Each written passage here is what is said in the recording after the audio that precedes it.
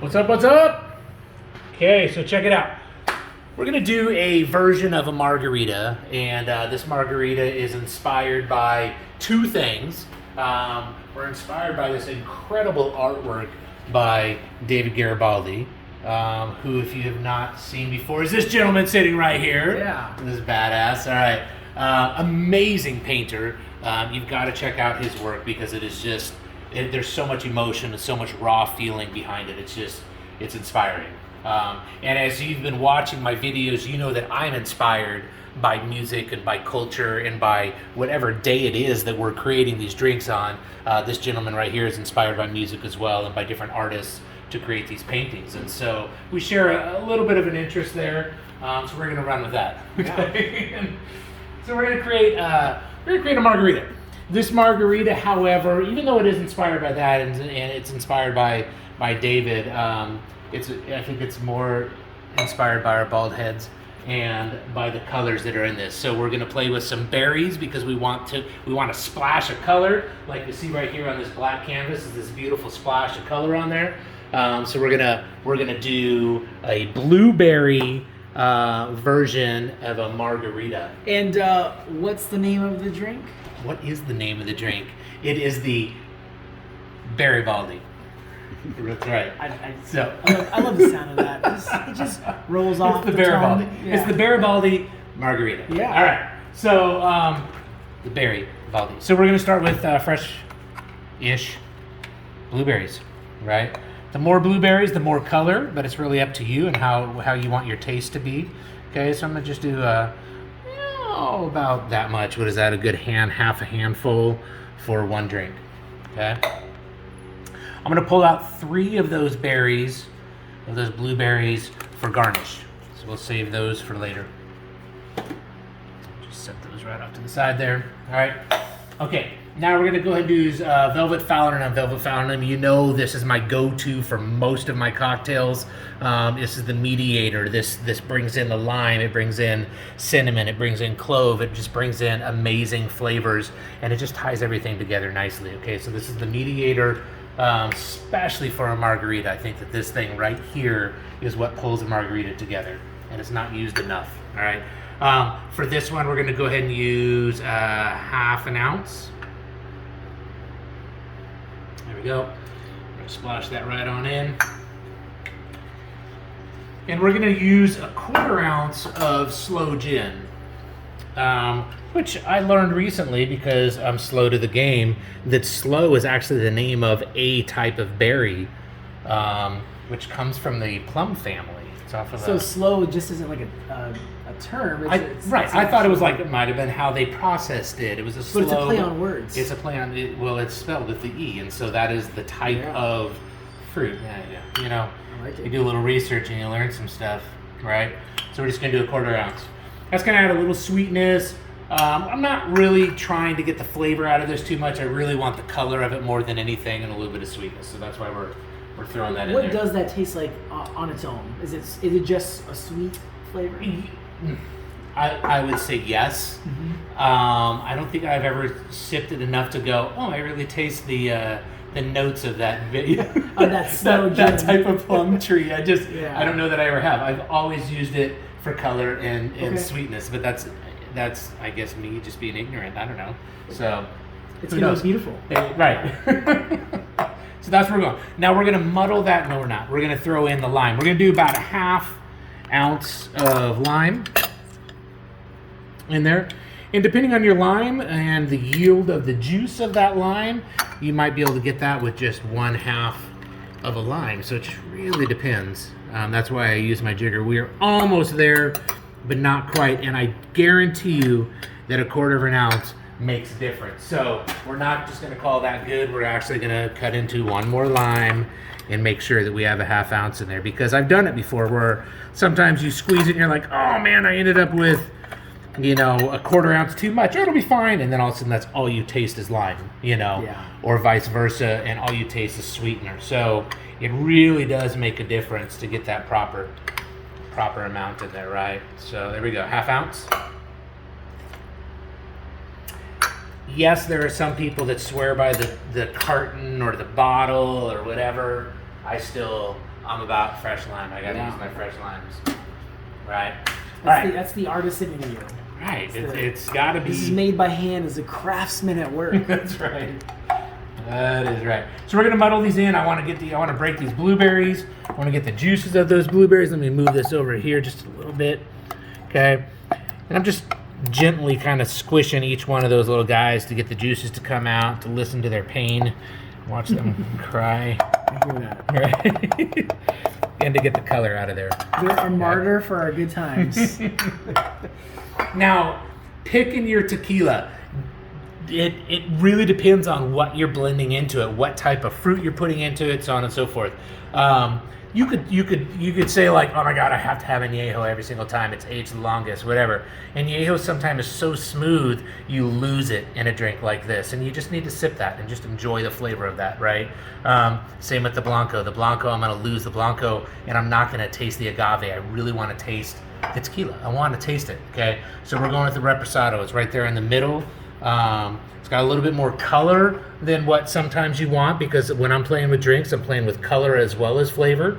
But I think that it's going to work out okay because it's not too much.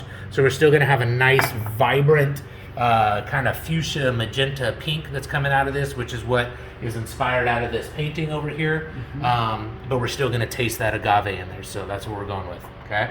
And we're going to do a full 2 ounces. By the way, I love the color mixing that you're doing here. It's not just flavors, it's like there's actual color mixing. You got it. Yeah. You got it. There are times where honestly where I've spent hours at the bar here figuring out, like at St. Patrick's Day, how do I make a green drink without using some cheesy, gimmicky, colored green, you know? Yeah. And I started playing with like amber and blue and whatever, like really trying to play with it to like make green in my cocktails but have it be natural. Yeah, my hours at the bar are not as productive. So you've got me beat there. There we go. Woo, it smells amazing. All right, so that's what we're putting in it. Some watery ice. So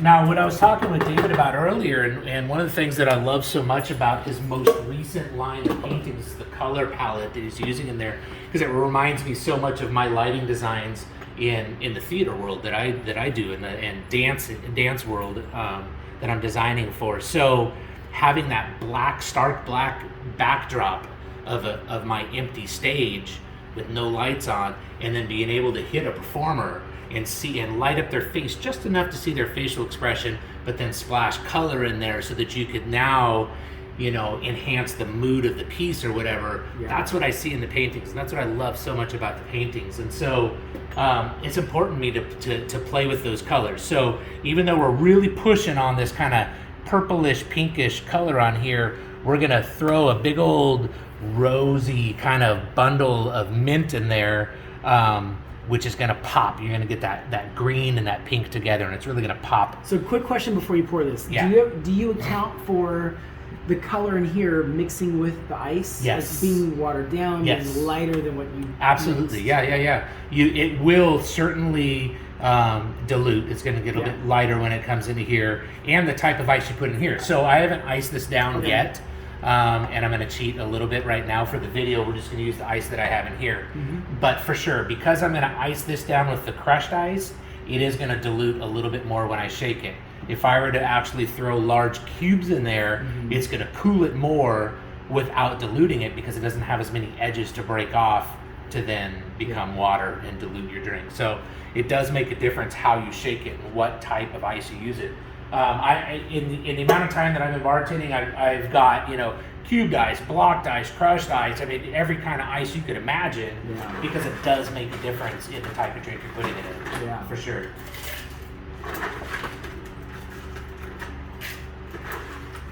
Yeah, and my ice bucket's about it. So, but we're making it work. We're gonna do it.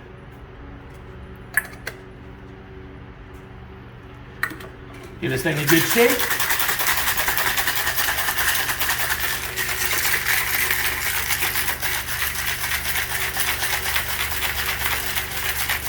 So what did you just do there? I noticed that we had some water.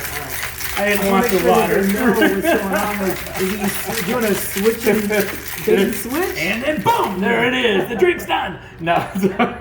Yeah, we were starting to get some. I saw a little bit of water in there from that ice melting down. Okay, so we wanted to get that out. I usually pop the top cap off. If you got one of these double strainer type like that, this will release the pressure and it'll make it easier to pop this one off. Okay, and I'm not even going to use that. Now we're going to put in the Hawthorne strainer and an additional strainer. We're going to double strain it because it's got all the pulp of the blueberries in there. So look at that color. Absolutely beautiful. Beautiful color. Okay, and you may see that there's a good amount left in the strainer, right? That's because of all the fresh pulp in there. So grab that muddle that you were using earlier and just kind of pull that pulp aside, and that'll help the rest of that flow through. There you go. That's all there is to it. Drop that in there. Okay, and then I pulled out, about three sprigs, 4 sprigs there. Cut those down, give them a good spank. I'm going to use my knife to make sure that that ice isn't sticking there on the side. And then we're just going to shove that right in the side there. Got that nice bouquet of mint.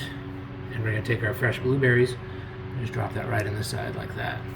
There you go. That, my friends, is the BerryBaldi Margarita. Ooh. Enjoy. Should I sip this? Go for it. Enjoy it. Yeah. I will. Ooh, that is refreshing. And in line with our characteristics. Refreshing? No. No, this is smooth, refreshing. It is. I mean, to kind of expand on some stuff here, you come back from just on the road of just going. Or I'm building shows and lighting shows and I'm going. When I come home, I don't have time to run to Hawaii or wherever we're going. So I got to make my own paradise at home. I got to make my own little vacation at home. And so that's why I love being able to just sit back at home and play and just create stuff. So you can buy all this stuff at the store and make your own thing. And then you're sitting there drinking at home like, I feel like I'm sitting at the beach, or I feel like I'm... So the BerryBaldis are inspired by hardworking people that need a little staycation. There you go. Staycation. Cheers. Enjoy.